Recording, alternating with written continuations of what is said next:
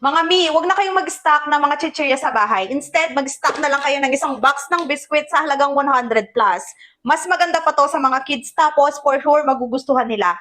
Etong isang box na to, meron ka ng 6 na box ng tigi iba't ibang klase ng cookies. Natikman na namin to, ayan, nakabukas na. Kagaya nito, grabe ang sarap nito. Ganito siya, naka-individual pouch siya. So, hindi siya basta-basta kukunat. Ganito yung style nito. Etong unang biskwit natin, tapos ang sarap niya.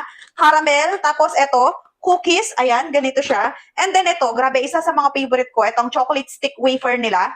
Tapos meron siyang dalawang flavor, isang ube at isang chocolate. At yung ube, grabe, sobrang the best. Ang sarap, ganyan siya.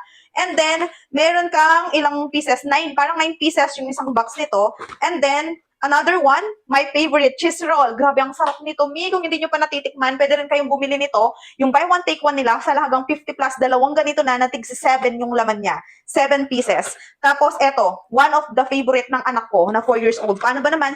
Lasang-lasang gatas talaga. Milk biscuit, tapos ganito yung laman niya sa loob. Paubos na nga to eh. Ayan no, konti na lang. Paubos na kasi kinain na talaga nila dahil excited silang tikman. And promise, hindi kayo magsisisi dahil ang sarap. Dalawa na lang yung hindi nakabukas, itong chocolate cookies at itong kanilang vanilla.